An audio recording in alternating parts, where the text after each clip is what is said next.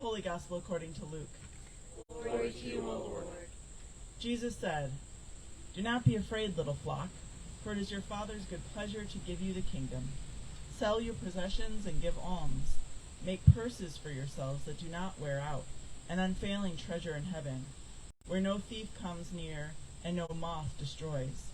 For where your treasure is, there your heart will be also. Be dressed for action and have your lamps lit. Be like those who are waiting for their master to return from the wedding banquet, so that they may open the door for him as soon as he comes and knocks. Blessed are those slaves whom the master finds alert when he comes.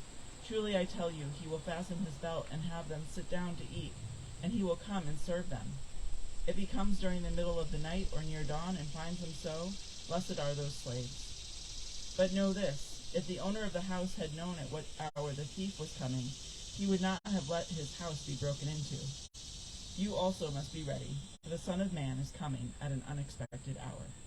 The Gospel of the Lord. Praise to you, O Christ. You may be seated.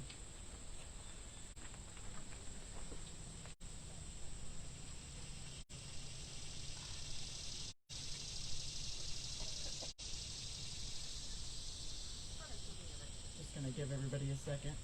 While this is happening, I will just mention that my sermon printed kind of funny. So I'm going to be flipping my pages up and down, so if I seem a little confused, that's why.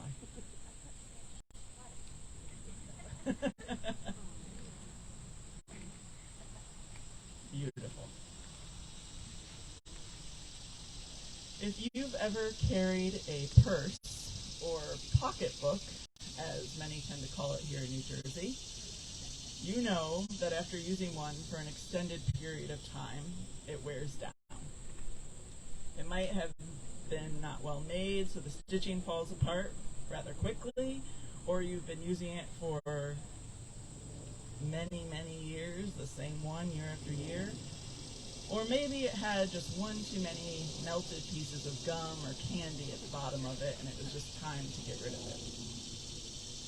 No matter what, after some time, purses wear down. So it seems like kind of a big request of Jesus to make purses that never wear out. Sometimes we carry so much stuff in our purses, it isn't that they are full of treasures, per se, but more baggage than is actually necessary to carry around on our shoulder. Just a couple weeks ago, I personally decided to start carrying a wristlet instead of a purse. I used to carry a big bag, which was becoming quite heavy.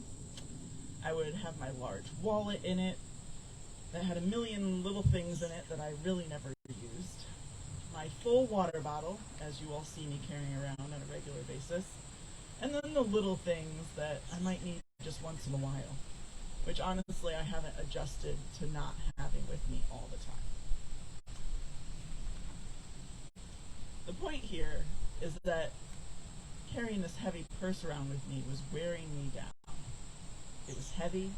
I was carrying stuff around with me basically wherever I went that I didn't actually need. Which makes me wonder, what are we carrying around with us that is wearing us down? Are we focused on God's treasures or on our own?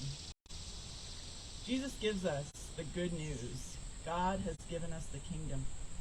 We don't have to wonder or do something special to get it. It is already ours. We don't have to carry around all our burdens, worries, or fears anymore. God releases all of that for us and gives us treasure greater than anything we could have on earth. The example of this reading reflects things being different than the way we might expect them. The master is the one who will serve his staff. We just need to keep ready, keep an eye, being on watch. And then we need to know what to look for to know that the kingdom of God is near. We need to lighten our load so that we are ready and able to follow where God calls. We all know that life isn't always a happy-go-lucky, not a cloud in the sky kind of life. We have all had our share of struggles and difficulties, whether that has been with infertility, finances, housing, food access, mental health, abuse, addiction, death, you name it. Someone else has also carried this heaviness in life.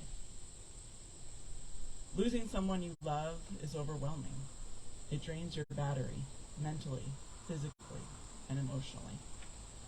Struggling with mental health issues for ourselves or with someone we love can take up a larger chunk of our energy than we have to give. Having access to therapy, medicine, and healthcare providers helps, but there are still challenges. And then there are the other times that our struggles and burdens seem to keep piling on, one on top of the other, with no resolve in sight. This makes it even more difficult to set something down because we think it's all on us to fix it. The thing is, Jesus didn't promise us that life would be perfect if we followed him, but rather that we would no longer have to be alone in carrying our burdens. The divine is present with us in our struggle, and the good news is that God is strong enough to hold whatever weighs us down. I want to say that again. Really internalize it. God is strong enough to hold whatever weighs to help lighten the load too. We can remind one another to set something down. I needed people in my life to tell me that my purse was too heavy and I needed to stop carrying it. It wasn't good for me to be carrying that baggage around with me everywhere. So if you are carrying the weight of the world on your shoulders, know this: the world will still keep spinning if you set it down. God will keep loving you even if you aren't spinning that 100th plate. Being part of community also means helping with the work so that no one person or group is responsible for everything. I'm always amazed at what can be accomplished through teamwork. And if we had other kids here today, I would have done a little demonstration of helping carry something around with all of us versus just one. It really lightens the load when we work together. We all bring different skills and abilities, and when we share our talents, others may learn something new or have a new insight to the diversity of God's creation. So I invite you to think today about what is wearing you down. What would it look like to lighten the load? You never know what kind of treasures from God might be found in setting something down. Make a list, talk with someone about what you've been carrying, and then the really difficult part, set it down.